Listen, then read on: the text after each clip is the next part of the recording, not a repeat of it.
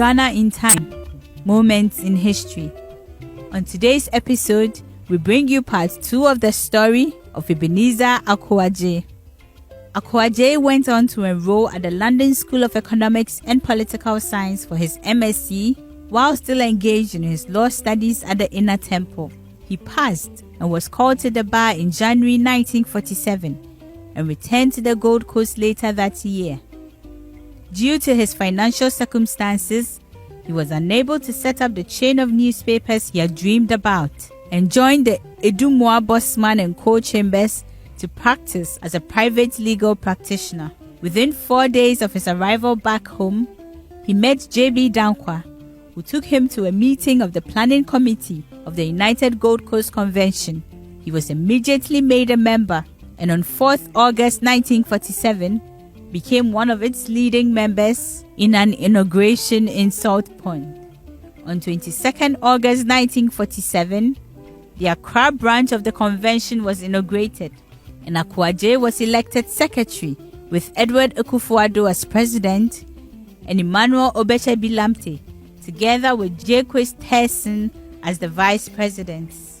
As membership grew, it was decided to turn the convention into a political party, and it was agreed that they needed a full-time secretary.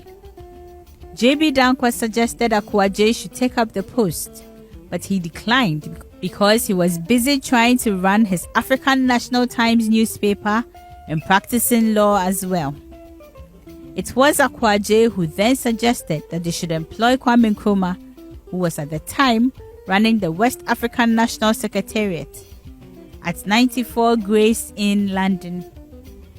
Adjei had been told by Kwame Nkrumah before he left London for Accra that if there's a job you think I can do, let me know right away.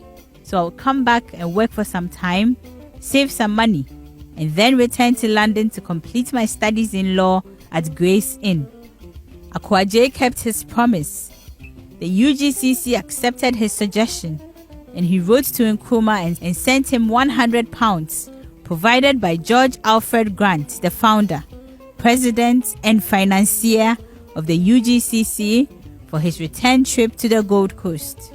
The leading members of the UGCC took a personal interest in the issue of ex-servicemen who had not received their emoluments after the Second World War and went to several of their meetings to speak to them. The lawyers in the UGCC then helped the ex-servicemen to draft their petition to the governor.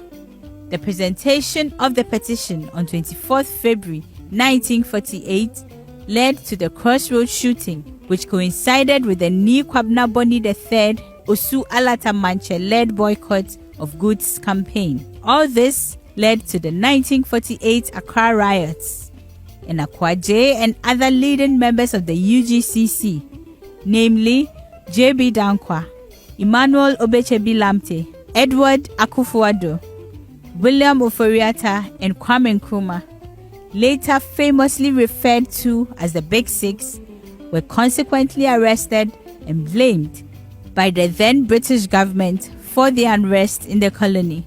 Adjei was detained in Navrongo.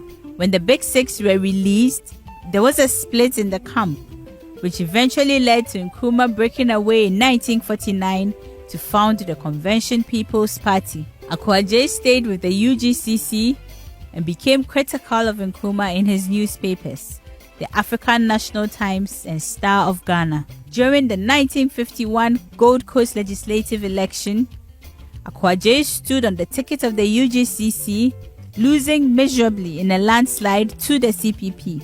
He then became the secretary of the Ghana Congress Party when it was formed in May 1952, but stopped going to their meetings because he was constantly criticized for introducing Nkrumah to disorganize the UGCC. Join us same time tomorrow for part 3 of the story of Ebenezer Adjei.